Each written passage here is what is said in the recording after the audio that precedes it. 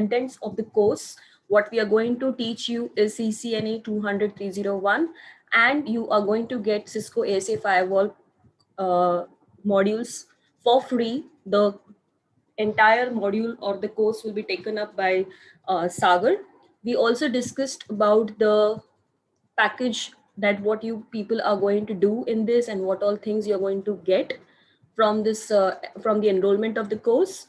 And the labs, there will be lots of labs, guys. I just cannot number it because there are going to be very small labs which we'll be giving you as a fresher to start, to identify the components, to identify which cables you should connect to the components, and then how you should start with the IP addressing, how you should look into the simulation. So there are going to be a lot of labs. So as a fresher, you people, please don't worry that you are, means maybe in the last couple of classes where you must have seen that few topics were a little, you might have felt that it is going a little on a tougher end or on or a difficult way of to understand, but that was just to give you an overview of what all things are there in this course. So everything from the scratch will be covered. Take it from me, though you're experienced or you're a fresher, everything is going to get, like, you're going to get all flavors of the course properly. So here we have a lot of labs. So this will be done through the Cisco Packet Tracer simulation tool, as well as we'll be doing it in the remote access lab server. The softwares required for the labs are Packet Tracer, which will be doing it, and I will show you how to download it and install it. And the later remote access server, you will be giving the access through the VPN by our backend team. They will connect to you and they will show you how to access the lab server. And then I will also show you how to access, as well as, start doing your practice problems or exercises, which I will be giving. So those things will be explained properly right when we are starting with the course.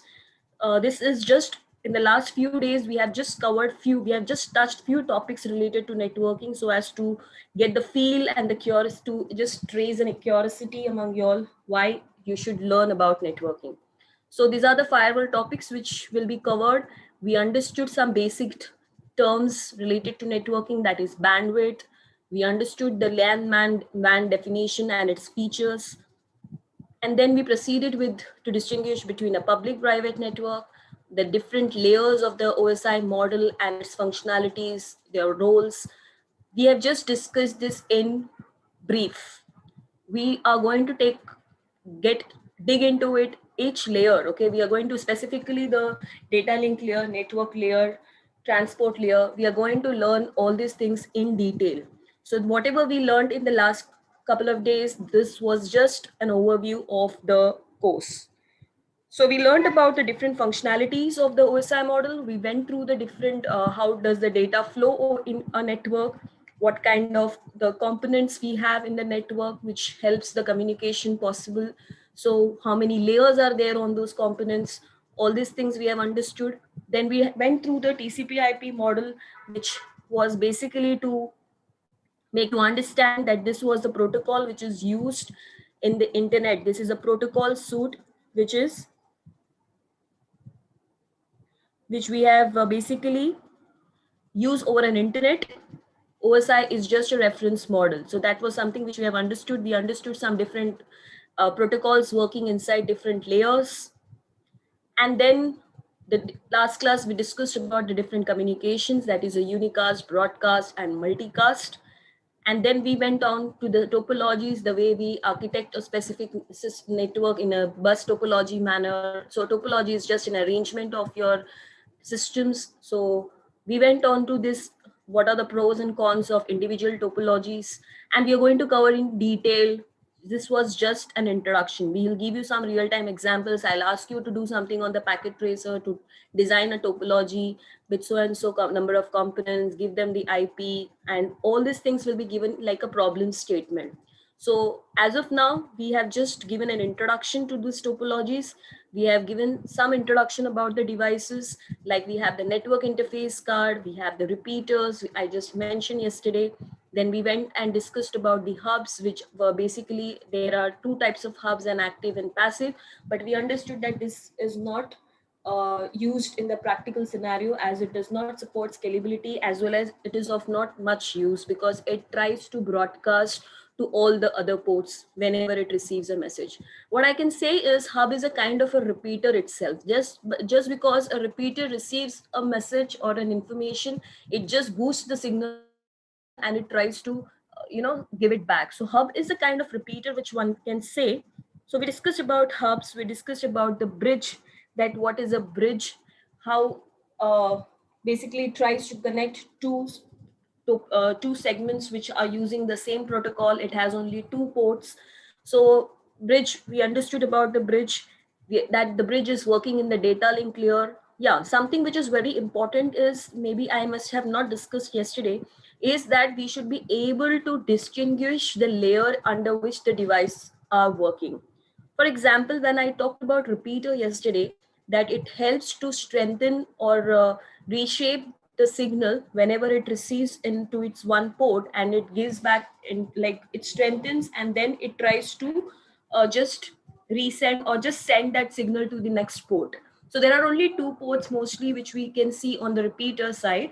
So here this is working under the physical layer. So at times when there are some sort of MCQs or some sort of just a kind of interview question, that how can you just distinguish the devices based on the layers, then we should be knowing this, that which layer the devices fall. So repeaters fall under the physical layer. The hub also falls under the physical layer. Okay, it just tries to broadcast the message to all of the ports except the port which it has received.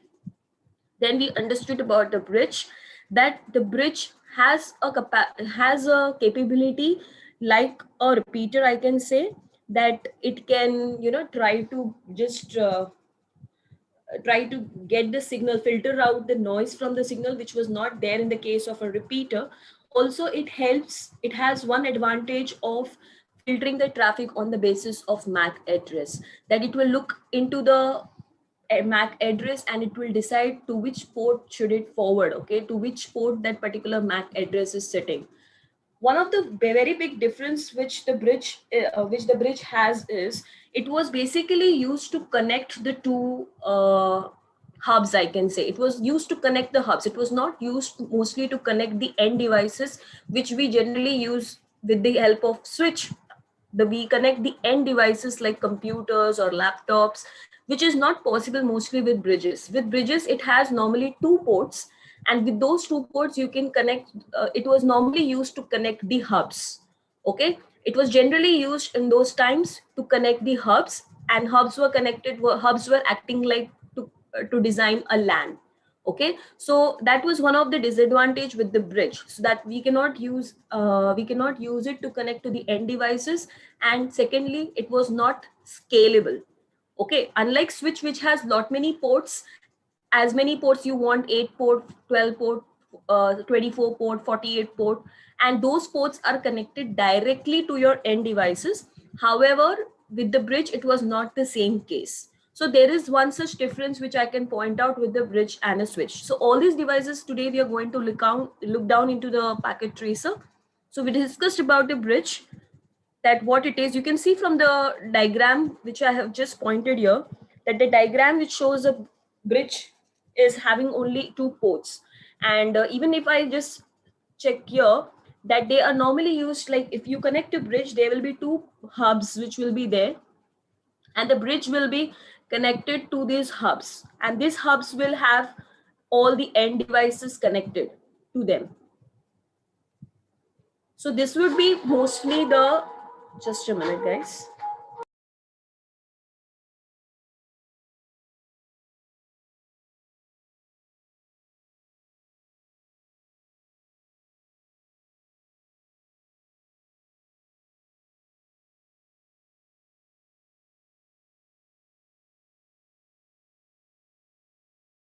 Okay, sorry for the interruption, guys.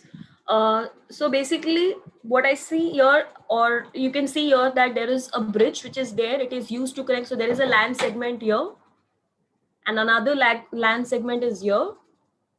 So the bridge, whenever it receives a frame from this particular hub, it will try to see. So since there are two ports, what you can see, so whenever it receives a frame at this port, it will just try to filter the noise as well as try to filter through MAC whether the device who wants to communicate. So let's say this is ABC and this is DEF. So if the device A wants to speak to C, so if this particular A is sending a frame to a hub, so hub is going to broadcast it to all the ports except A. So it will broadcast to B, it will broadcast to E, it will broadcast to this particular bridge. So the bridge will be able to identify from the MAC that whether this MAC address from where it is coming, it is lying to the port on which it has arrived, or it is lying on the port, on the other port of its on the other segment of the LAN. Okay, so it is just used to filter the traffic on the basis of the MAC just by looking onto it, that whether it lies on the port number 1 or it lies into the port number 2. Okay, so that is how we see that in a practical scenario, bridge was not that realizable, or we cannot use it for according to our network or according to our architecture, what we want to design for our campus or for our offices. So that is why we found that switch was a case which basically took the feature of a bridge like thing, but then it understood that with this two ports it is not sufficient, and since these two ports are connected to a hub, why not connect the end devices directly to the ports or directly to the switch ports? That was the intention, and hence in that manner switch became more practically realizable device, and hence it is used a lot. So these devices like bridge and hub is no more seen in the practical scenario, but this is used in order to you make the understanding better, to give you the reference of how the networks were in the traditional environment maybe 20, 30 years, 40 years back, and now how it is. So that we get the essence of how we have moved on across different types of networking devices. So this is the meaning of we discussed about the bridge. Then we went on to the switch. That switch is a very intelligent device because it has memory, it has a MAC address table through which it can identify to which interface a specific MAC is sitting and to whom it should forward. So it will try to broadcast. So you can see that there is a kind of three types of communication which the bridge or which the switch is supporting. It helps also in doing unicast, it also helps in doing broadcast, and it can also do multicast. So it supports all the three types of communication which we have just understood. When it knows the entry, from the entry, if there is an entry in the MAC table, it knows where to forward the specific frame. So only to the specific frame, it will try to unicast those traffic. So if there is an entry, it knows that only to that relevant port, that particular frame has to be forwarded. If it doesn't know, there is no entry in the MAC table, only under such scenario, it tries to create a multiple copy of the same frame and tries to broadcast to all other port except from the port from where it has arrived. And so in the two scenarios we have understood yesterday, that under two scenarios, it tries to broadcast. One, when there is no entry of MAC in the table, MAC table. And secondly, if the frame itself is a broadcast frame. Broadcast frame means the destination MAC is having those FFFFF. So under this two scenarios, the broadcast is happening under the switch. And multicast, when I try to connect a group of PCs under the same VLAN, we can say that we have whatever messages is we want to send to the specific group. Let's say we have divided our switch logically into different types of LAN for different departments in your offices, like your account department, your HR department, your admin department. So likewise, if the messages are meant for a specific VLAN, then it tries to do a multicast over there. So it supports all the three types of communication. It's an intelligent device. Yesterday we understood. So we discussed a lot of points related to switch. that it's a layer 2 device. Unlike hub, which is a layer 1 device, bridge is also a layer 2 device. It works inside your data link layer, and your switch is also a layer 2 device. Okay, it's a layer 2 device. Why is it called a layer 2 device? Because it takes help of the MAC address in order to take the forwarding decision, and MAC address is a layer 2 address, so hence switch is a layer 2 device. Okay, we understood that the MAC table can be populated in two ways. One is directly the administrator can statically configure that these are the entries. Whenever you get a new switch, you can try to configure this. The administrator has a right to configure the MAC table, or else the switch will learn on its own through self-learning. Whenever the frame traverses through the switch, it tries to learn on its own and keep the entry in the MAC table.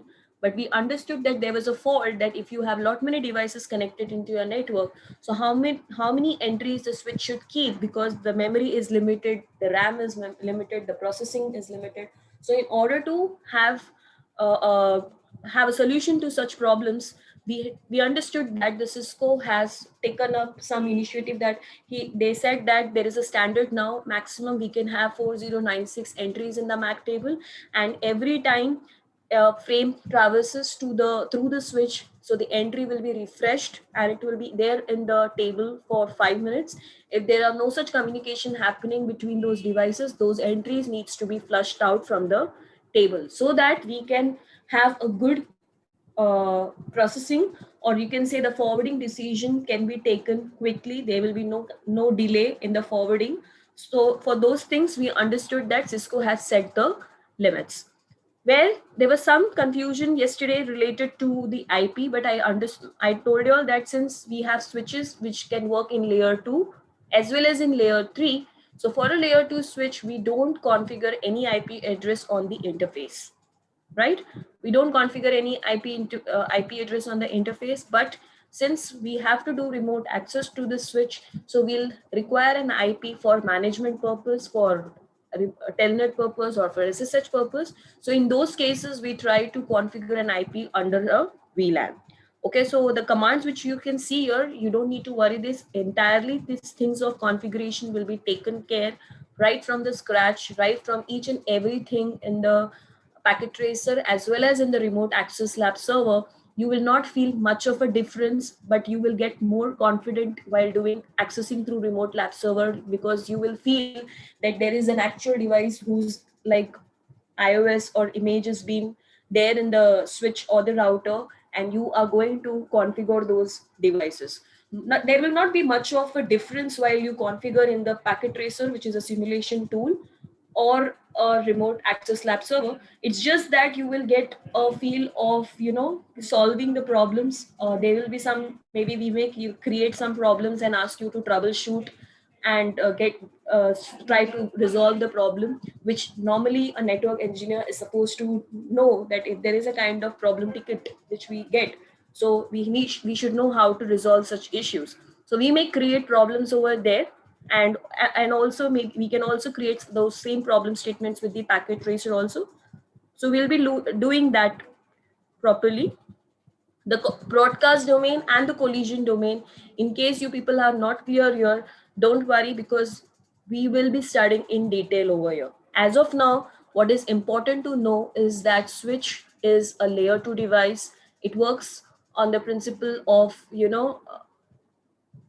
it works on the principle of that whenever it knows the MAC address in the table, in the MAC, if there is an entry in the MAC table, it will just forward that particular frame into the relevant port, and otherwise it is trying to broadcast it. And secondly, what is important is that switches within the network, that it will help you forward the packet within the network, within the same LAN, I should say. Okay, that is something very important, that switches within the network, because there is a difference which we normally have to understand between a switch and a router. So if I have a switch here, there is an IP which I will be giving to this PC. Let's say 10.10.10.0.0.1, and there is another PC which I am connecting, which IP I'm giving as 10.0.0.2. Similarly, if I have any, like let's say this particular switch has 4 ports. So to this 4 ports, you have another PC which is 10.0.0.3 and 10.0.0.4. So this slash, we are considering this to be like with the default mask. So if we have a network like this, then we will say that this is within the same network. This is the network. If I ask you, like, we will be learning what do you mean by the within the network? Okay, it falls under the same network because this particular network has a network address of 10.0.0.0/8. The network address, which how to calculate the network address, that also we'll be teaching you when we'll be learning IP address. So this network, they are under the same. So these all PCs are under the same network. Let's say I give the name PC A, B, C, D. So if anyone wants to communicate with each other, switch is going to help you out. Okay. But in case you have a PC which has an IP address which you have given it as 20.0.0.1/8. Okay. And this is connected to one more switch, let's say. Okay. So if this is a scenario, okay, let me just take a help of my whiteboard. So if we have a switch like this, and we say that into the 4 ports, there are 4 PCs which we are connecting, A, B, C, D, with the IP address of 10.0.0.1/8, 10.0.0.2/8, 10.0.0.3/8, and 10.0.0.4/8. So within the same network, so this is considered to be the same network. These all PCs are under the same network. Okay, so now let me take another switch over here. And I again have 4 different PCs connected over here. Let's say they are having, let me give them the name 1, 2, 3, 4. And their address is 20.0.0.1/8, 20.0.0.2/8, 20.0.0.3/8, and so on, .4/8. So again, this network is different and this network is different. We will say that this is 10K network. Okay, in short, if I can say that the network is 10.0.0.0/8, and over here the network is 20.0.0.0/8. So they two are entirely different LAN network, I can say. Maybe this can be, I can say that this is inside one of my building. I have created this network, and there is a separate building in my campus who has this network. Okay, so there are 2 different networks now. So if I have to have a communication between 2 different networks, then I will bring the hero into the picture, which is the router. Okay, so here comes the hero coming into the picture, that is the router. So he will say that, okay, you guys are separated in the campus, and you guys need to communicate, then you please call me up, I'll help you out. So switch has to be connected to this router and to this, so that the router will help them communicate. So basically what I wanted to highlight over here was switches within the network, or switch is used to communicate within the network. Okay, guys, please take it very carefully, these words. And when I'm talking about router, we will be talking between the network. So router will never be used to connect the devices directly. We will never have a router through which we'll be connecting these end devices. These are all these PCs, laptops, whatever we connect, these are all known as end devices. And routers and switches, they're all known as the network devices, because the role of the network devices is to make the communication possible. They want to communicate. The network under this, the host under this network wants to communicate with the host under this network. So these devices are just trying to help the communication possible.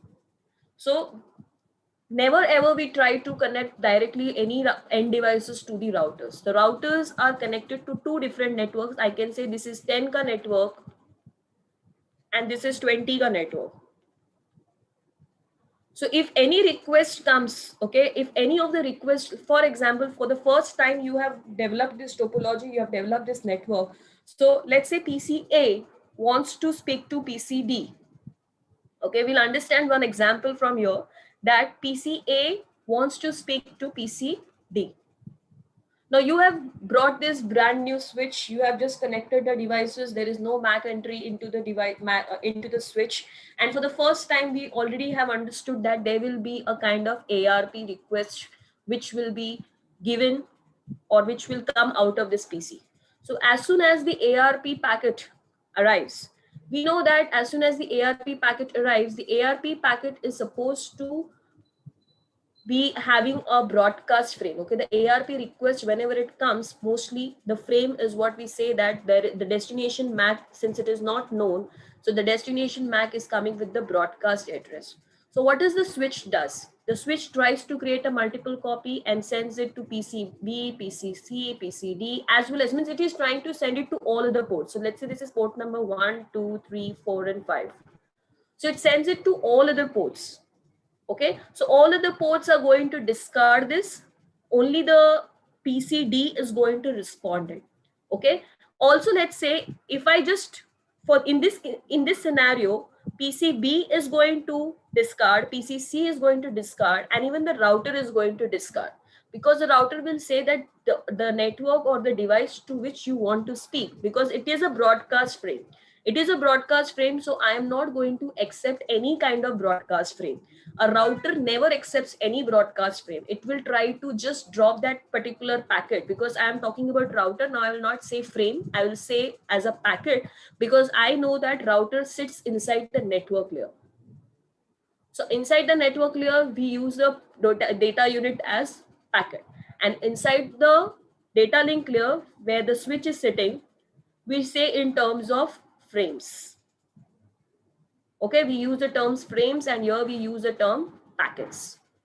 So as soon as it receives the particular packet at this port, it will try to discard, because it will say that, oh, you are a broadcast frame, so I may not be able to help you out, because I am not a device which will forward the broadcast to any of my ports. Okay, so that is something very important, that the switch will never try to broadcast anything.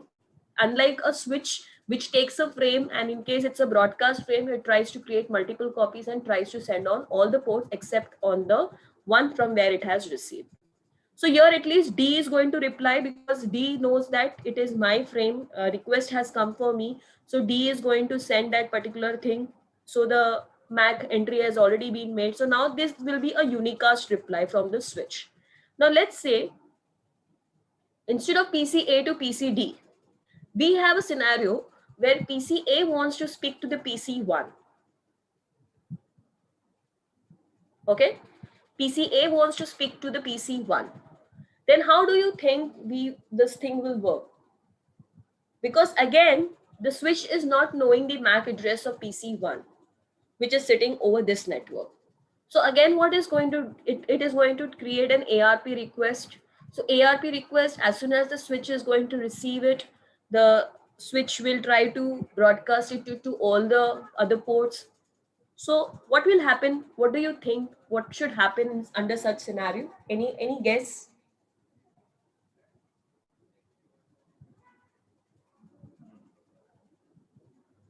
Yeah, guys, you can unmute yourself and participate into the discussion, or the like, what do you understand under such scenario? What will happen where PCA wants to speak to PC1?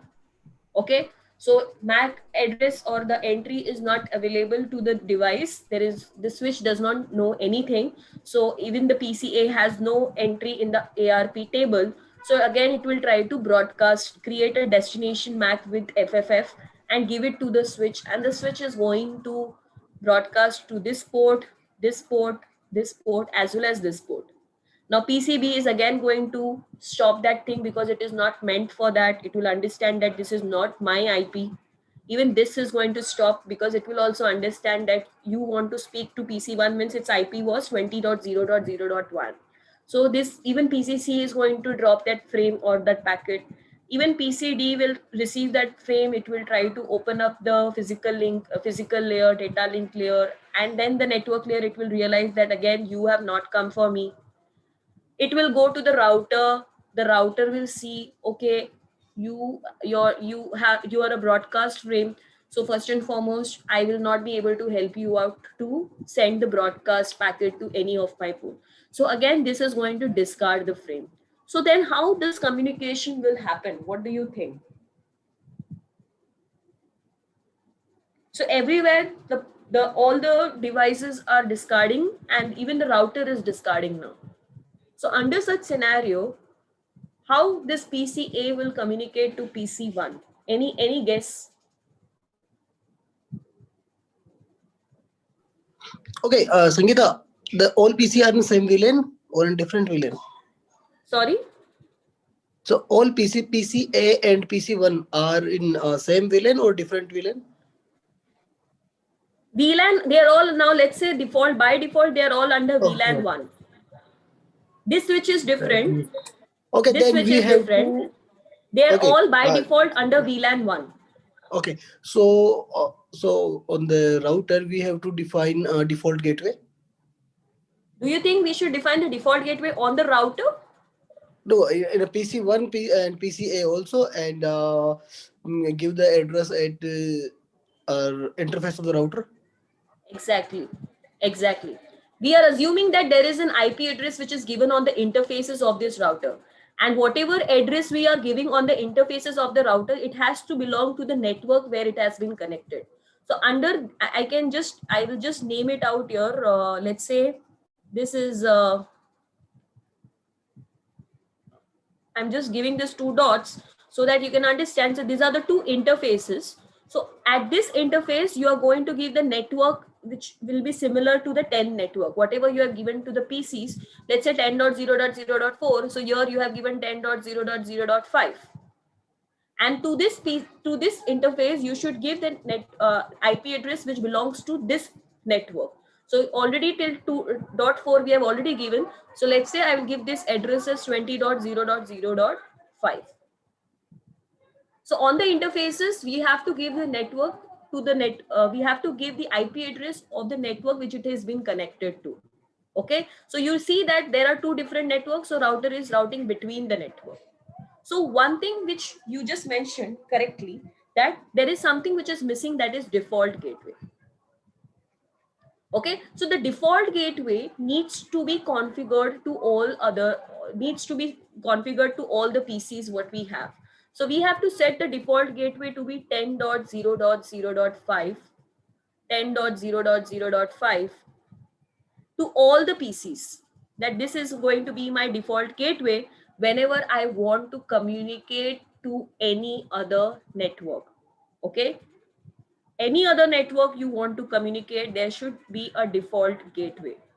And default gateway is nothing but the IP address of my router to the interface of my router. Okay, that is what is your default gateway. So this was the interface of the router to which this network entirely was connected. So you have to give the IP address of this interface as your default gateway. Similarly, for this PC, all the default gateway will set as 20.0.0.5 everywhere. So this is very important that whenever you want to communicate between two different networks, okay, two different networks want to communicate, then the default gateway needs to be configured on the PCs. Else you will be never ever able to communicate with any other network except your own network. So in order to facilitate the communication between two networks, the router is playing a very big role. And even after coming into picture, it will not be able to help you communicate unless and until the default gateway is not set.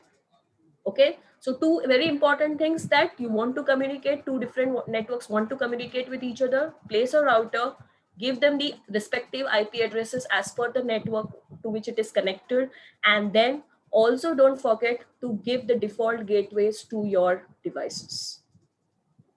Then in this case, what will happen now, whenever this packet, okay, now let us understand the same scenario where we just understood that now the packets were dropped before because there were no default gateway which was set. So now what will happen?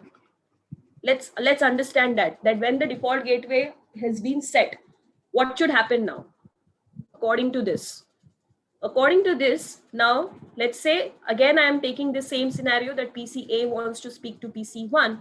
So it doesn't know the MAC address, so it's going to send an ARP request. The switch will receive the ARP request. It will understand that it's a broadcast frame, so it will try to give it to PCB, PCC, PCD, and also it will give it to PC, to the router. But one thing which you have to understand over here, that the source IP we have already understood that this is 10.0.0.1. The destination IP is also what we have picked is 20.0.0.1. Destination source MAC is already known to me, which is my own MAC. Let's say in this case, I will consider it to be AAA. Now that just because I was not knowing the destination MAC, so I created the ARP request. It went on to this, this switch, and the switch has forwarded to all the ports. Now PCB is going to discard this because it will check that the destination IP is not mine. So this is going to be discarded. PCC is also going to discard looking at the destination IP, and PCD is also going to discard. When it comes to the router, okay, again, we have understood that the destination MAC is broadcast. So it is not going to accept that particular broadcast message. But since it will check, okay, it will check that the destination IP is some to the other network, or since you already have configured the default gateway, okay, since the broadcast frame switch router is not going to forward it to any of its port, so it is going to discard it. So before you send an ARP request, what happens is you have to check whether we have a default gateway in our system. So the PC will check whether we have a default gateway in its routing table. It will just check whether there is a default gateway. So once it recognizes there is a default gateway, which is there on my PC, the default gateway is 10.0.0.5, then the destination MAC has to be the MAC of this router, which it is going to learn and come. Okay, so the destination MAC, okay, the destination MAC which we are going to put here will be the destination MAC, that is this router's MAC address. Okay, this router's MAC address is what is we are going to put when this packet will flow from this side. Okay, so how it will get to know from the default gateway. First, it will check that whenever I want to communicate between two different networks, I first check with myself that whether I have a default gateway with me, because the IP which I want to speak is different. So once I understand that there is a default gateway which is configured in my PC, that means I have to set the default destination MAC as the destination MAC of my, or I can say the destination MAC is supposed to be the MAC of this router. Okay, I'll repeat it again, that whenever you want to communicate with two different networks, okay, whenever there is a two different network who wants to communicate with each other, so before it puts the destination IP into the frame, because it is making a frame, okay, there is a frame which is getting ready while you are transmitting from application to transport to network. So when it comes down to the network layer, before it puts the destination IP into its frame, it will first go and verify whether I have a default gateway with me or no, because the destination IP which I'm specifying in my frame is not in my network. It is into some other network. So before I put and copy into my frame as 20.0.0.1, before I copy this IP into my frame, I should first check whether the default gateway is set or no. Once I know that there is a default gateway which is set under my configuration, so I'm going to just go and put the destination MAC address as a MAC address of this router. Okay, so the router, once I go and learn through ARP that this is the router's MAC address, so the router's MAC address will be known. Okay, the router's MAC address will be known, and then you can try to communicate between the two different networks. So as of now, just two very important things to understand. A router is used for routing between the two networks, and secondly, a default gateway is a must to be configured into your PCs. So this thing we will now understand with the help of a packet tracer.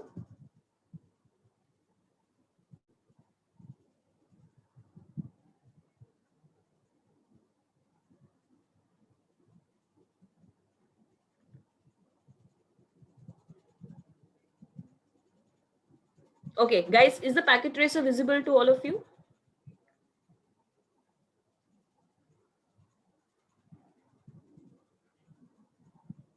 All right.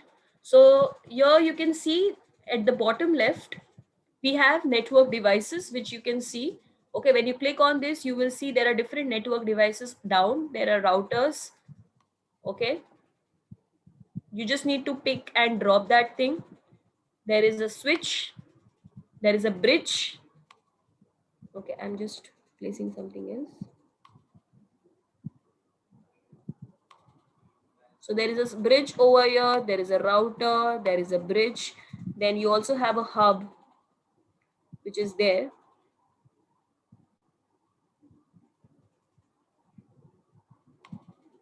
We have a repeater. That's what we understood so far. So I'm just going to just show you how they look physically, what all interfaces they have, and how we can use it for communication. These are all our network devices: routers, switches, hubs. Then we have wireless devices, wireless access points, wireless controllers. Then we have servers. Okay, these are all our servers for security. And then, so this is your firewall. And then coming back to the WAN simulation, you have a cloud and all. So these are all the network devices which we see. When you click on the end devices, you will have lot of components here: the PC, the laptop, the server. Okay, we have an IP phone. So we can just hover into this. We have a TV, wireless tablet, smart device, wireless device, the sniffer. So all these things you can find out under your end devices, okay, in the bottom left, which I'm showing you. Then there are different other components: MCU board, SPC board, Internet of Things, IoT, which I was talking before. So there are a lot of IoT things also, which I will be showing at the very last once we complete the CCNA module. So I'm just showing you the panel at the bottom left, the network devices, the end devices, the boards. Then we have very important thing, which is the cables. Okay, so these cables, there are a lot of cables which you will find. Now this, what you see, okay, the red color, what you see over here, this cable is just basically it is choosing whenever you want to connect two different components, whether now how to connect the components is a very important task. So this will select automatically based on the layer the device is lying. Accordingly it is going to connect. So I'll show you something like, let's say, let me just have two computers with me first, or let's say a computer and a laptop. I just want to have a connection of this, a laptop and a computer, peer to peer network, which we say. Okay, peer to peer network. I just want to connect this computer with the laptop. So I have to understand that which cable I should pick from this below, so that I can get to know which one is right. So if you see, there are a lot of cables. If you can see the name below, which is already given, this is your console cable, this is your crossover cable, straight through cables, all these cables, fiber optics, your coaxial cable, your serial communication cables. So these are all different cables which we can use as per the different application and as per the different layer it is. Now, let's say when I'm talking about PC 0 and laptop, now these are two similar devices. Okay.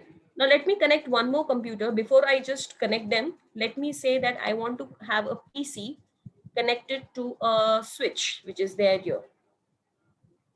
Okay, we are going to connect all these things. Just let me place it. Then let's say we have a switch and a switch connection. So let me take a switch and a switch, one more switch I'll take. So if I have to connect two switches, then which cables I should use? See, these are very important questions which generally people ask. Let's say I have a router. Now all these devices I'll show you later. I'll keep it here. Repeater, bridge, hub, firewall, servers, IP phone. So let's say I have a router and I want to connect a router, two routers. I have to connect one router with the switch. So under this scenario, we should know the layers first, that which layer we are working with. We know that the router is a layer 3 device and switch is a layer 2 device. Also, let's say I create one more scenario where I'm keeping a PC connected with the router, which is generally we don't do it, but just for understanding. That if there are such a scenario where we have to connect two computers or a PC with the switch or a switch with the switch or two routers or a switch with the router or a PC to a router, then which cables are the right cables? That should be known to us, because at the first point of contact, whenever there is a problem, we try to start the troubleshooting right from the physical layer. We check whether all the cables are in the right condition, are they working properly or no, because it becomes otherwise a different approach. We always go from the bottom to top. So first we try to we check whether there is any issue with the physical layer connection, physical layer cables. Are they all compatible with whatever connections we have made? So as you see over here, this is going to take it automatically. Okay, means this particular red cable, what you see over here, okay, this is going to choose automatically based on the layers, based according to the layers they lie. Okay, the devices where they lie. So if I just pick this and try to connect a router with the router, you see that what kind of cable has been selected. Since if I have no knowledge about cables, I don't know what the cables are.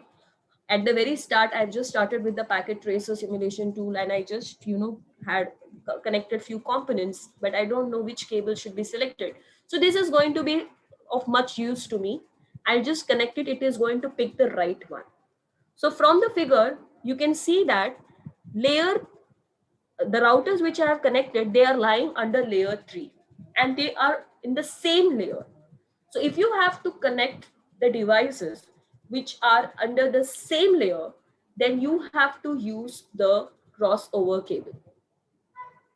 Okay, layers, if the devices are lying in the same layers, then you're going to use the crossover cable. Okay, is it clear, guys? Let's say now we want to connect a router with the switch. So now router is a layer 3 device and switch is a layer 2 device. So if I have to connect these two devices which are of different layers, then under such scenario, I'm going to use a straight through cable. Or you can just see that if I just go and connect this, the cable which is being selected is this bold one. Okay. This cable, which is a straight through cable. Okay. To connect two similar devices, you're going to use the crossover cable because their transmission and reception pins are the same. Now, what do I mean that they are the same? Let me just show you in the presentation. I have those things with me. So this is the pin layout or pinouts of the straight through cable. So when you see there is a straight through cable, pin 1 is connected to pin 1, pin 2 is connected to pin 2, 3 is connected to 3 and 4 is connected to 4. So this is a straight through cable pinout.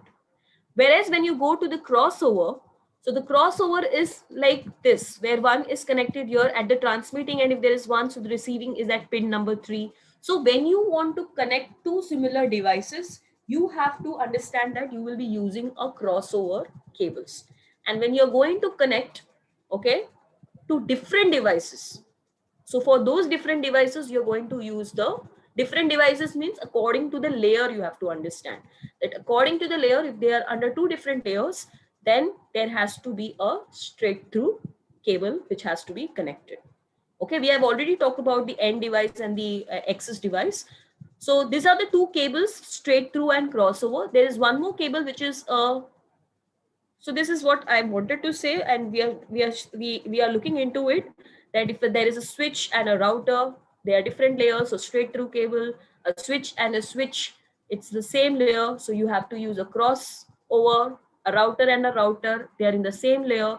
So crossover, a PC and a PC, they are in the same layer. So crossover, the PC and a router, again they are in the same layer. So crossover.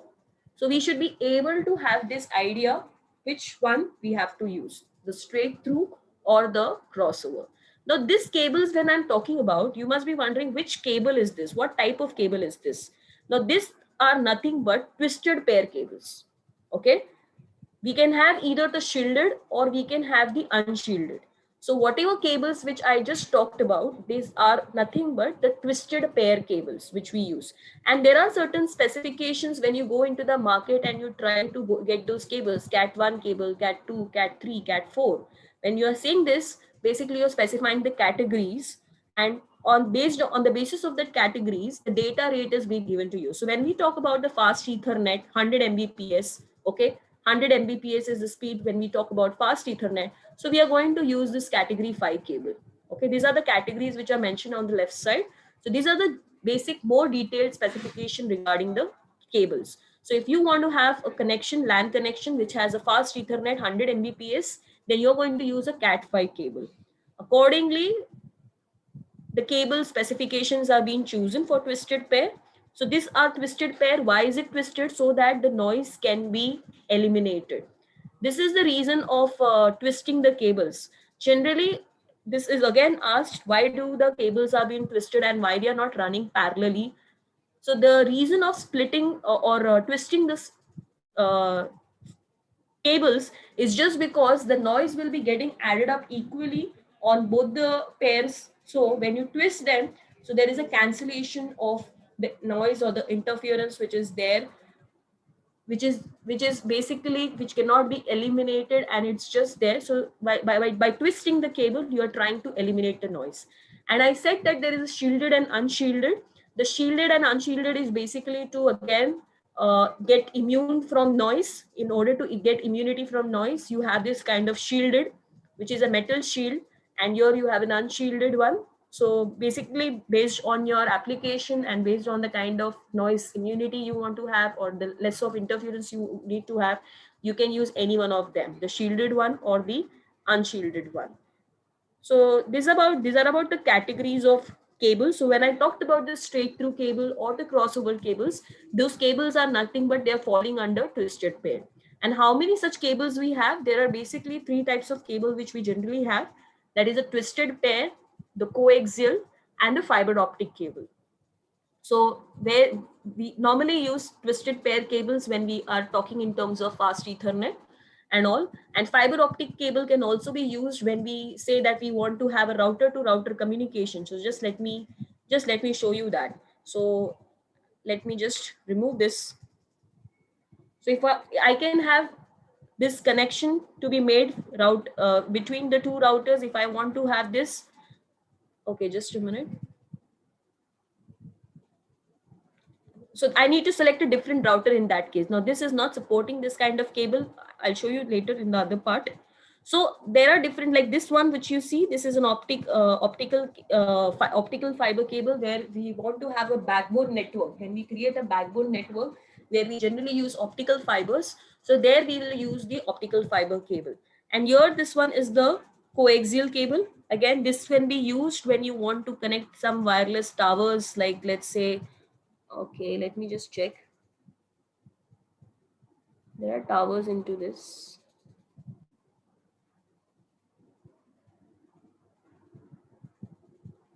When you want to have a wireless tower connected to the server, those times we see that there are basically coaxial cables comes into picture. Generally, we don't have coaxial cables much into communication between the router or a switch or between two routers.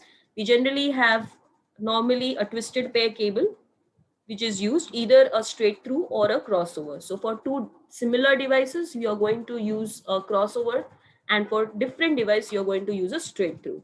So again, PC and a router, they are considered to be on the same layer. So you're going to use a crossover cable. So just when I'm using this, it selects automatically. It's an auto selection of cable which is done. You don't need to worry whether it's a cross through or a straight over. You need not worry about it. You just need to connect it using this. Okay, so this is how again a PC to PC will have which particular cable, guys. You can respond through chat. PC to laptop or PC to PC, which cable we will be using, straight through or crossover? Crossover. Yes, guys, quickly respond. What do you think? Crossover. Very good. So we are going to use a crossover cable.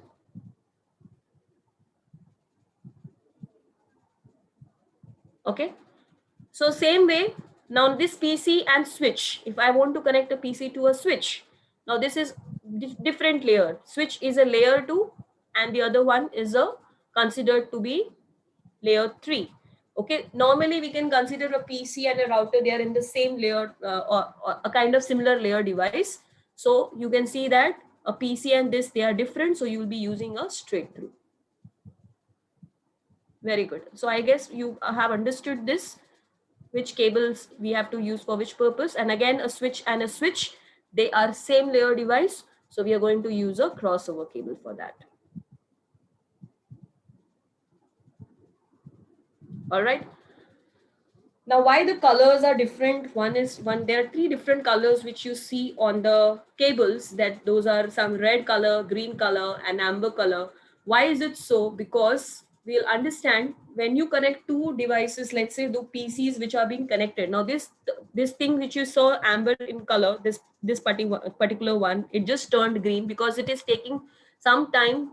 It is running some protocol to understand this, and then only it turns on. Whereas when you see that in between the routers, they are not connected still, that they are not, the links are not yet green, or we cannot say, so here the configuration is not done. The ports are still off here. Okay, they are in the shutdown mode. So once you try to up the link, then only it will get green in color. So let us just go and open these devices one by one, so that whatever we have learned so far, you can get some overview on this. So this is the back end of, or you can say that this is how it looks physically. I don't know if this is quite visible or no. So this is your switch. This is your router. There are two ports which you see: gigabit Ethernet 0/0/1. Okay, 0/0/0 and 0/0/2. And let me just go ahead. So this is what you see. In the config also, you can go and check how many ports it has. So it has 3 gigabit Ethernet ports. This router has 3 gigabit Ethernet ports. And you will see some settings here with the display, with the name, NVRAM, startup and running configuration. All these things we are going to learn in detail. What you see in this box below it, this is like a kind of CLI interface only. So whatever I do over here, okay, you can see that as soon as I've just clicked on this tab, gigabit Ethernet 0/0/0, this interface gigabit Ethernet 0/0/0 was written in the command line. So this is a kind of a GUI.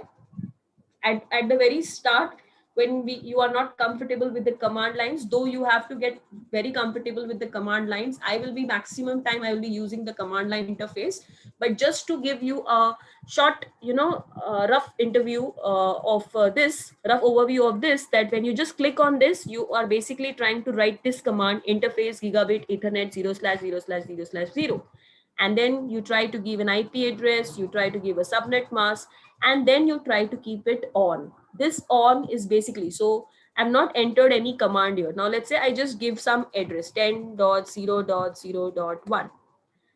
The subnet mask will be taken by default. So you see that there is a line which is written when I just write IP address and I gave this 10.0.0.1, and this subnet mask was automatically selected. So this line was entered in the CLI. Okay, so when you just clicked on this in this tab, the interface was written, and then when you wrote this IP address and the subnet mask, this particular line was the equivalent line on the command line interface. But still now the router will not turn its port on because I've not kept it on. So after you write this, we have to write no shut. So when you just say on, there will be a line which will coming up over here, that is no shut. So let me just turn it on. So you just see that there is a no shut which is written. When you just click on this on, there is a no shut down command which is written equivalently on the command line interface, and you get a message saying that the status or the state has changed to up. It was initially down, now it has changed to up. Now still you will see that there is no, the link is not yet up because the other side of the port is yet not up. So again, if I go on this, okay, and I go to the config mode, I go to this gigabit Ethernet interface, I give them the IP as 10.0.0.0.2, okay, the mask which comes, and then I turn it on, that is no shutdown. Now again, this is up. After you do this, then only the links go up. So with the router, it is a different case. It does not get automatically connected when you just try to connect two routers. It will not go and connect on its own, unlike two PCs or unlike two switch, okay, or a PC or a switch who just gets connected once you just put a cable. So this needs some configuration, setting up the IP and turning the status on, then only those interfaces go up. Okay. And what interfaces we saw here is that there are three interfaces in this particular router. There were three interfaces because the model was different over here. Okay. This model, we can say this ISR 34331, this model was different. 1941, this model is different. So here you saw only this gigabit Ethernet 0/00/1. So you can see that when you go to this network devices, routers, you'll see different models, 4331, 4321, 1941. So these models, basically, they are different in terms of what kind of, a configuration they support. And basis of that, they are being categorized. Now, these are all old legacy devices, basically. So all the things what you see when you just try to, you know, go to this, I'll show you the CLI command. At the very start, when you start this device and you just go and check this CLI command, there are a lot of hardware details which will be given. All the iOS image is already been loaded into these devices. So that is why you are just able to plug and play it. Okay. It will show you the kind of processor, the kind of how many interfaces, gigabit Ethernet interfaces you have, how much of non-volatile memory you have. So all these things we are going to learn when we are going to start from the scratch. What is the meaning of each and everything? Like what kind of version, which version is that particular router, and because the version is very important to understand which version we are working with, how many bytes of memory we have, what kind of internet interfaces it supports. Can we add any interfaces manually from the, since you see there are some slots which are available. If you see there are some slots which are blank over here, and you have different modules over here. Okay, there are different modules, NIM2T, NIM cover. So in some specific case, you will be able to add ports. Okay, let me check here whether you would be able to add any port. I don't think so. It's a 2-port multi serial. Okay, this will support serial. So you see here it provides 4 switching ports. So if you just go and try to, just drag it and try to drop it into the blank space, it will first throw you a message that in order to put the slot, let's say you want to increase the number of ports into the, or the interfaces on your device. So you have to pick a module from here and you have to put it on the empty slot. Before you try to before you try to place that particular module inside the slot, you need to power off the device. So before you just try to place it, you just need to power off the device. And in order to power off the device, you just need to go towards the right, and here there is a green thing which you see over here. You just turn it off and then try to get this thing and place it here. So now you will see that there I have put up 4 ports over here, gigabit Ethernet 0, 1, 2, and 3, and it will not turn it on unless and until I go and do the power on. So I'll just try to power on the device now. And as soon as you power on the device, if you go and check in the CLI command, there is some sort of booting which is happening. Okay, just because you have added the new interface, new ports, the booting will happen, because booting will happen, and then only you will be able to see all the ports which you have added here. Okay, so I have added, so your device is still booting. Please wait until it is finished, and then you will be able to see all the other ports which we have added. So initially there were 3 ports. We have added now the 4 ports: 0/1/0, 0/1/1/1, 0/1/2, 0/1/3. So in order to scale your network, you would want to have your routers to have a lot of other interfaces. So in order to add those interfaces, we have to pick up from the physical view. Okay, there are 3 views which you saw. One is the physical view, from where you can see the device. The config view, which is the basically a GUI interface to give you the routing, static routing, dynamic routing, VLAN information. And this is what the actual way you will be able to, where the actual engineer, a network engineer, will always go to the command line interface and try to put down the commands and check the different modes. So I'll explain you this CLI thing later. So these are the 3 views which you see. Okay, so this was your physical view, how your the interfaces looks like for any specific. Now this was for a router. If I go for a switch, I had a question on okay, a router. yeah, say. Can you please go back to the router that you were on, and in the physical section of the router? Yeah. The physical section. Yes. So you see the first slot, they were not before. Yeah, the first one that you added. How many Yeah. gigabit Ethernet ports are there? No, that's the one you added. The one on the left of it. Gigabit Ethernet 0/0, 0/0/1, and 0/0/2. Okay, what's the thing about 0/2 as a console port? The console port is not here, I guess. So Should I thought be. that was four. I thought that was 4 Ethernet ports. That's why I didn't. I was The confused. Like, what's console and auxiliary port is here, no, guy. Here it is. The no bottom, no? where What's I'm the trying. yeah? But what's the port about gigabit Ethernet 2? This you're talking about? Yes, that one. This is considered to be 0/0/0/0/0. These are the 2 ports which you see: 0/0/0/1 and 0/0/2. Okay, let me just zoom in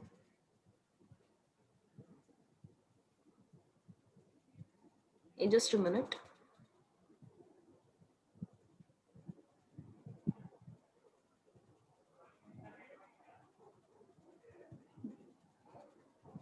No, I guess these are only the 3 ports which are there. It has to be 3 ports because the Okay, so console and the auxiliary ports are here. okay, so that's why, because I see 4 physical ports. That's why I was confused on top. No. It should be actually, I don't know. See, since here there were only 4 ports. Now this configuration is coming from where? This is gigabit Ethernet ports. This was for a fiber related. Wait a minute.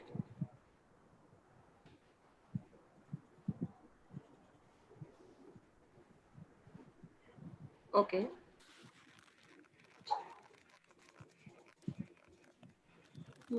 No, it is not falling under any of these categories because I just saw it from this. And madam, what is the purpose for what is this console and auxiliary port? Yeah, I'll show you what is the purpose of that console port. Now whenever you get the device for the first time, okay, you just got a brand new this device and you just took your computer. Let's say I take a computer of mine. So I want to configure this router. I have my computer, my system, and I want to configure this router first time when I got it. So I have a console cable with me over here, which I take it, and from here I connect this console cable to this device. So here when you come to the device, you have to connect to the console cable. Okay, means whenever you want to configure the device for the first time, okay, because from next time onwards you're going to have a remote access to the device. So the first time when you go and do some configuration on the device, you will make use of the console cable. Okay, there is a console cable or a rollover cable which we say. Other than crossover straight through, there is one more cable which we have, which is a rollover cable. So this cable is used for the first starting configuration purposes. So when, as soon as I connect, so I have to connect that cable to the console port of the device. Hence you have that console port for configuration purpose. So once you connect this console port, you will go to your computer and then you are going to start the terminal. Okay, there is a terminal which is there. Similarly, in actual scenario also we have putty terminal which we use to connect to the actual hardware when I get a router or a switch. So I need to have a putty application in my computer which is basically nothing but it's a terminal where I just set the baud rate of my this. So baud rate is generally considered to be 9600, and then what I do is, after I do that thing, okay, just a minute, I say okay, and then you can see that as soon as you start that thing and you say okay, so you should be getting the console, like whatever application, like let's say we are connecting to a router or to a switch, then we should be able to get that interface into the device. What is happening here?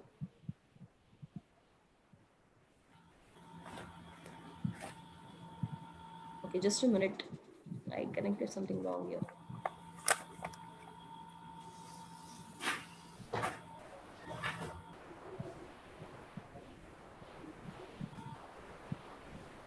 Okay, RS-232 is the communication thing which you have to pick. I have by default taken up the uh, fast Ethernet. So now when you say okay, so you see here whatever router interface what we saw, the router interface what we saw just now in the CLI command of my router interface, whatever you saw over here, okay. So as soon as you connect this console cable to your this thing, you will get all the interface of the router or the switch into your terminal onto your device. And from here, you will start configuring the basic telnet or the SSH configuration. You will make it. And once it is done, then you can connect any other device. So now once I'm done with this device, I'll pick this console cable and I will try to connect to this device. And I try to again do the initial configuration for this router. And then again, I will change it with this particular device. So likewise, sorry, I'm not to a computer, to a switch, let's say. So I have to always, this console port is basically used while you have to configure your switch or a router. So every time you just try to connect to a switch and a router, to one of the administrator sitting over here, he's just putting up the console cable for the router for whatever devices he gets into his environment. He will try to take a console cable and put it on to all the devices, go to its own PC, start with the terminal. And when you saw that when I connected this PC was basically with the RS-232 which we have used. Okay, that is the communication standard which we have to use, since we are using this baud rate which is specified at the very start. Okay, this baud rate, whatever specification you see, this is for RS-232 communication. Okay, so that's why you see that once you connect that, you will get all the information about the device, and from here onwards you get the access to start the initial configuration. The initial configuration which we normally do is just to set all the passwords of all the modes of the devices, and to set the remote access SSH. And then once that is done, then you can access any of the devices through the remote access configuration. So this is just for the initial configuration. You need this console port and the cable, and then afterwards you can do the actual any other configuration which you want to change. You can change it afterwards through the remote access. So just to configure some passwords, some security levels, and the telnet or the SSH, you need this initial console cable or the rollover cable, and then do some minimum configuration. Similarly, now this is for a switch. As we saw for a router, this is for a switch. So you see there are how many ports here. Okay, again you saw the console cable, console port and the auxiliary port. So you see there are 24 ports and 2 gigabit Ethernet ports. Now this gigabit Ethernet ports, we will be requiring it whenever we want to connect to the router. This fast Ethernet ports we will generally use to connect to the end devices like your computers or laptops. But this gigabit Ethernet ports, these ports are generally used when you are trying to connect to different networks. The scenario which we saw just now, that there were 2 different networks and we placed a router in between. So when you're trying to do those kind of configuration, then you need those gigabit interfaces while connecting to the device. I have a quick question. Yeah. So in the upcoming classes in the future, will you talk about how to troubleshoot when you connect a fast Ethernet interface to a gigabit interface for negotiation and all that stuff? Yes, yes, yes. Thank you. With the Wireshark and everything? Wireshark, in this case, see, for this packet tracer tool which we are going to use, there is a simulation mode through which we can see the packets which are traversing into the network. And the Wireshark is basically will be useful when we are doing something in a real-time scenario. Okay, thank you. Yeah. Okay. Any other questions, guys? Hello, what is this fast Ethernet and gigabit Ethernet? It is the bandwidth of the port, sir. Because when I'm saying the port bandwidth, it is like how much frequency is assigned to the fast bit 100 Ethernet Mbps, sir. And gigabit 1 Gbps. Okay. In gigabit Ethernet also you have 10. See, here you can see when I'm selecting gigabit Ethernet, it is 1000 Mbps, which is 1 Gbps. For gigabit. Yeah, 1 gig. And when I'm talking about fast Ethernet, I can show you that also. When I'm talking about fast Ethernet, we are talking about 100 Mbps. That is megabits per second. That is the bits per second. Bits per second, yeah. Whenever we are talking, sir, in the network, we will always talk the bandwidth in terms of bits per second. The bytes is generally when you are trying to store any file or you store any file on your computer or anywhere. When we talk in terms of storing a file or anything on a server or on your computer, we say that is happening in bytes. Bytes. So when you download any file or you see in your computer system, those things are being stored in megabytes, kilobytes. But when you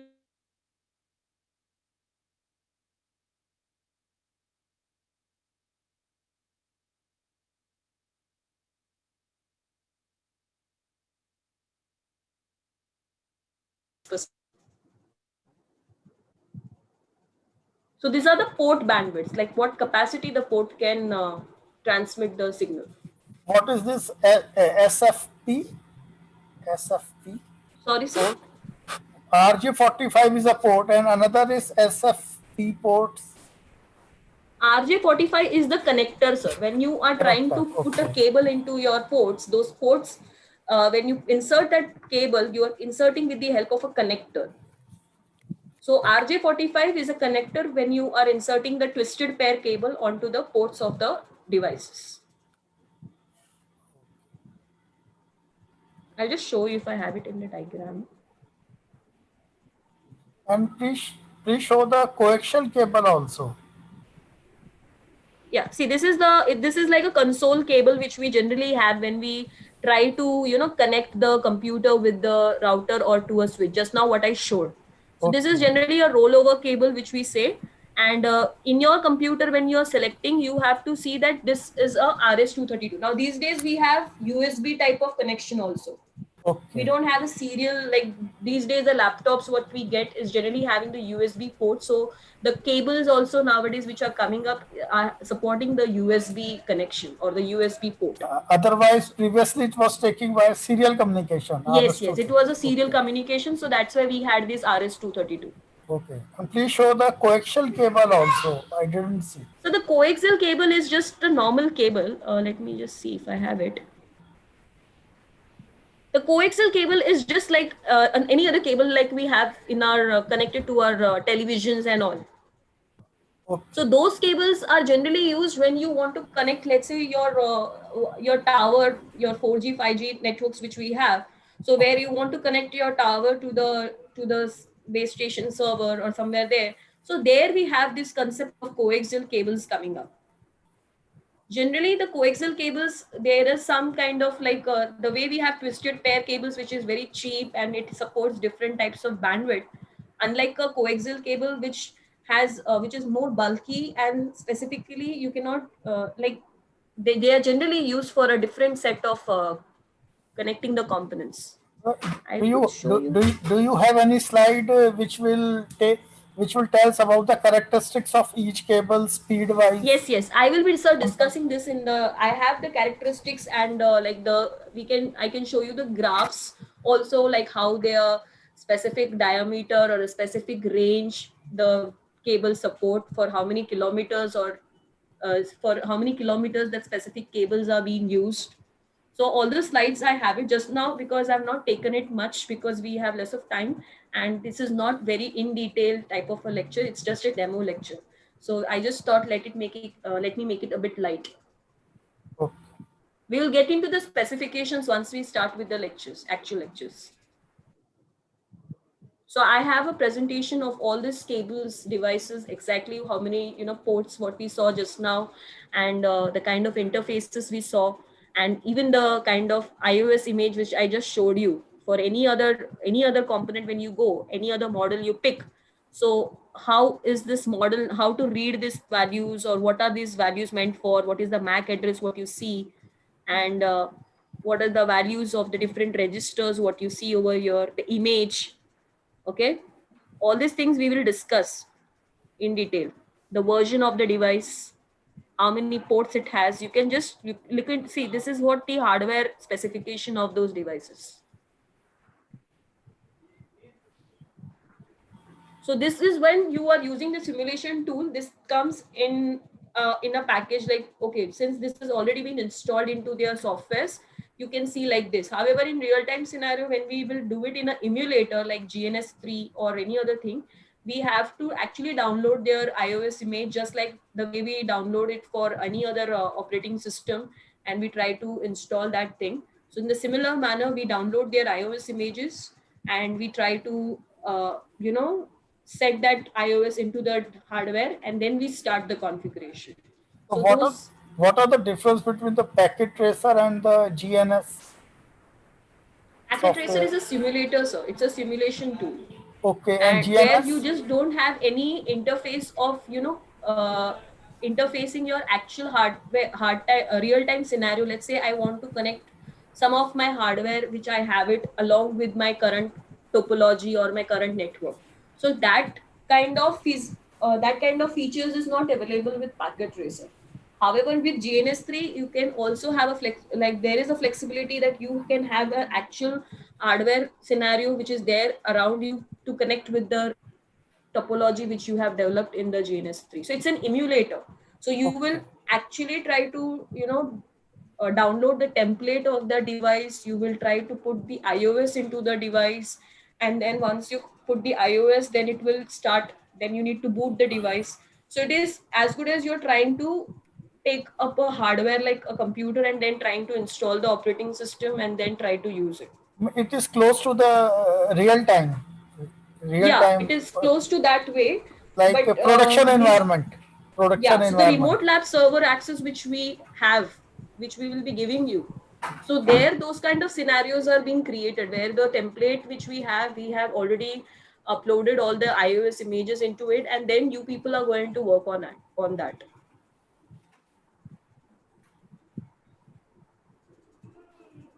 So this is just a simulation tool. Here you cannot just interface any real-time hardware with your topology or any of your configuration. You cannot just modify any configuration or delete any device from this. Whatever is there in this, you can use it. You can plug and play with it. You can understand how the packets are traversing, how the topologies are developed. So for a fresher, it is a very good tool to understand. And more or less, whatever configuration you will be doing it, exactly the same configuration you will be doing on the real-time hardware devices also. So there is not going to be much of a different feel you will get it. It's just that here you can see together everything properly is being plugged and played, kept or been dropped into the workspace, and then you try to connect and then try to just run. So this gives a very good view of understanding the things. Do you use the GNS3 also? GNS3, sir, I may show some labs on that, but then that is not a part of like, in the packet tracer, even in the CCNA Cisco exam, since labs are not a part of it, but we are still trying to give you some hands-on with the packet tracer tool, and I'll show you maybe 1 or 2 lab. I can take it on GNS3 because it's a heavy software, and at times what happens if there is a like, it works properly and at times it lags. So maybe at times the system gets stopped on its own, because it takes the entire maybe majority of the RAM processor of your own system. It is utilizing your system's resources. So that becomes a bit, at times it becomes difficult, to manage that software properly. You should have all the applications. Most of the times when I start that application GNS3 in my system itself, my fan turns, or like it moves with it makes more noise basically. So and heating also, sometimes the heating also starts when I start that particular software. So it's basically that it utilizes a lot of your resources. So you cannot create a very complicated topology with whatever resources you have it here. So that's why the remote access lab server, which we have there, you will not face any kind of, glitch or any kind of lagging, since it's already, we have hosted on a cloud. So that will be basically, the process will happen very smoothly. Unlike on your system, when you try to set up that thing, then it will take a lot of like, you need a proper system configuration. And if you try to build on a very big topology, just the way we do it in the packet tracer, then it takes a lot of time, and there is a lagging also, which you will find out.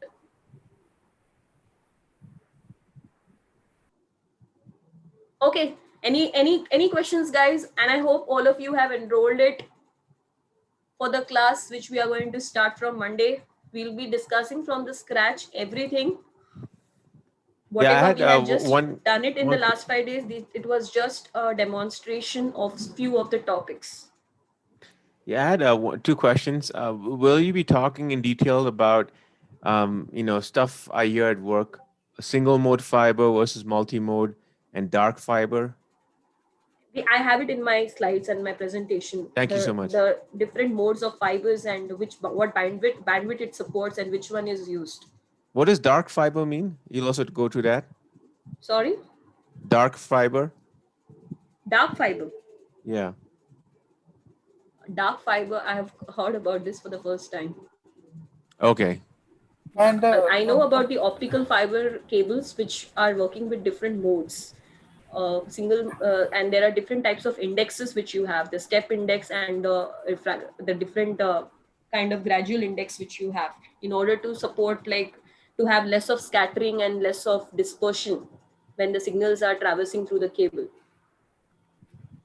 All these notes will be provided, presentations and PDF. Yes, sir. Or in the web portal, see, you, as I mentioned already, there will be a web portal which is available for our website. In our website, we will be, whoever is enrolling for the course, they will be given access to the web portal where all the recordings of the lectures, the slides, the PPTs or the packet tracer files, and whatever configuration commands which we will be using, or anything we are using other than this, will be day by day, whatever we are going to, day wise, whatever we are going to cover, that will be uploaded on the web portal, for which you will be given your username. There will be a username password which will be set for you, your individually, and you are going to access it through there, and that's a lifetime access.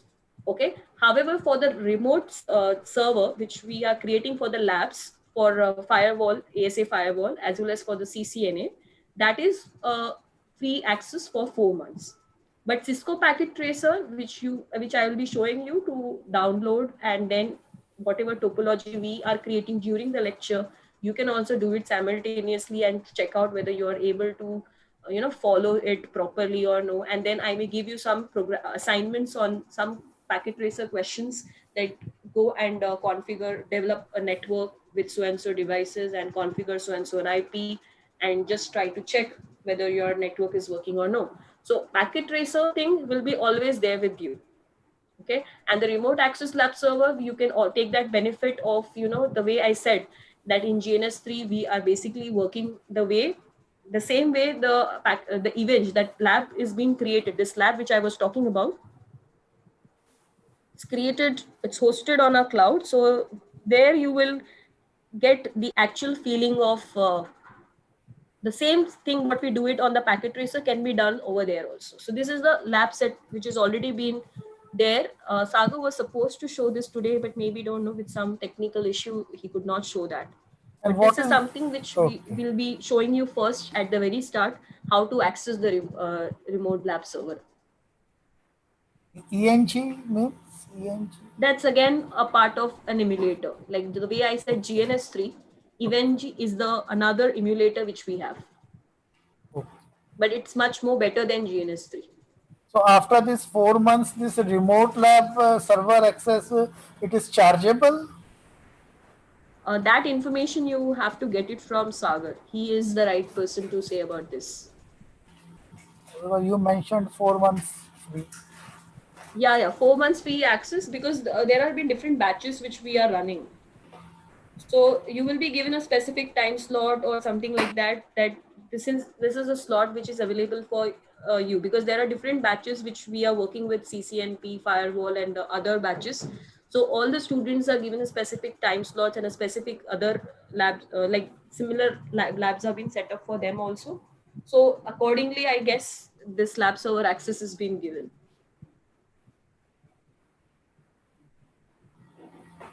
So you can contact Sagar for this thing, like.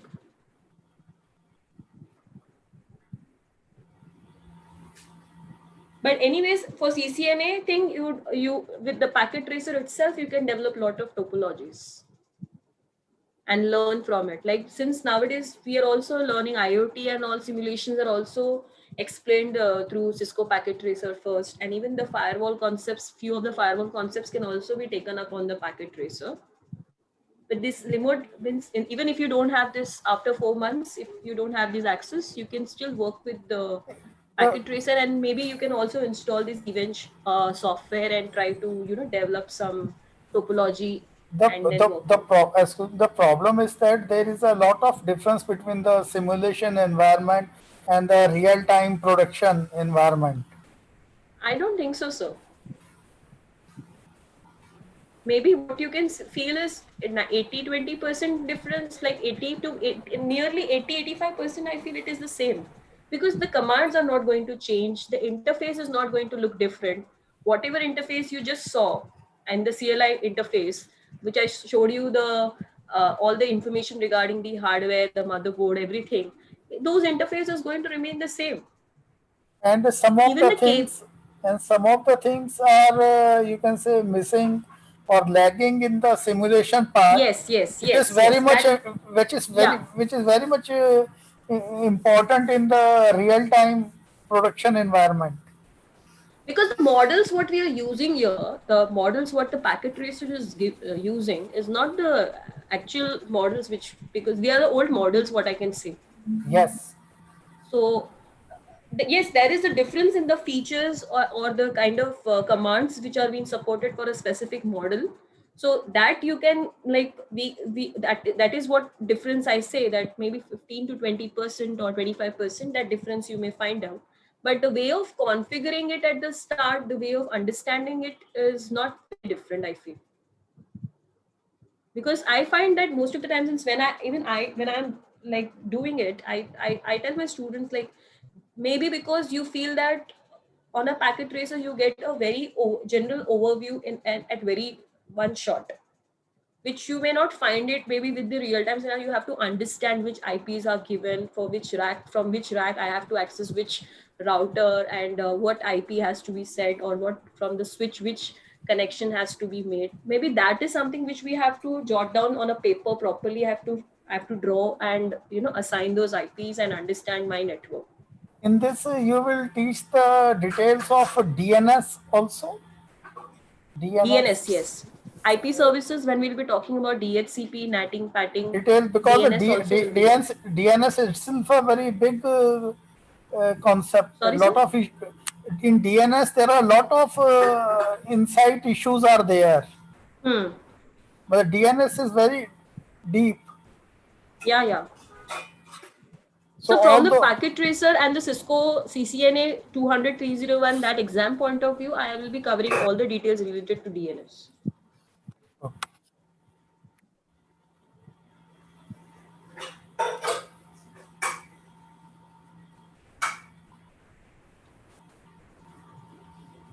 Any other question, guys? So I'm looking forward and very excited to see you all in the actual lectures, where we'll be starting with the scratch and everything from the start. And we'll play with a lot of problem statements and exercises. Monday at what time? It's at 6:30 only, so.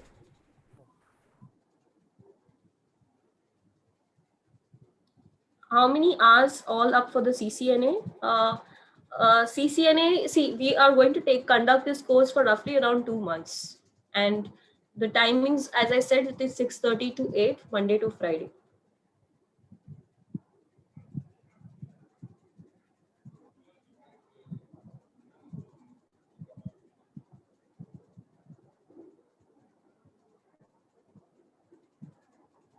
Okay, any other questions? So it was nice to teach you all, and I hope you people have enjoyed all the sessions since last 5 days.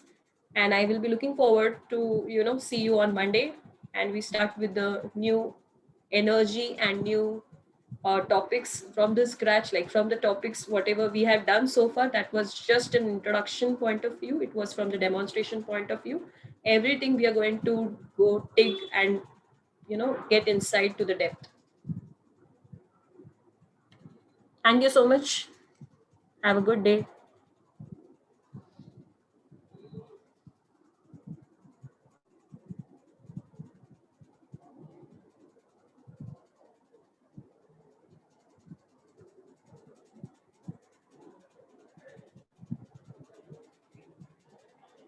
Please contact Sagar for the enrollment, guys. Do it as quick as possible.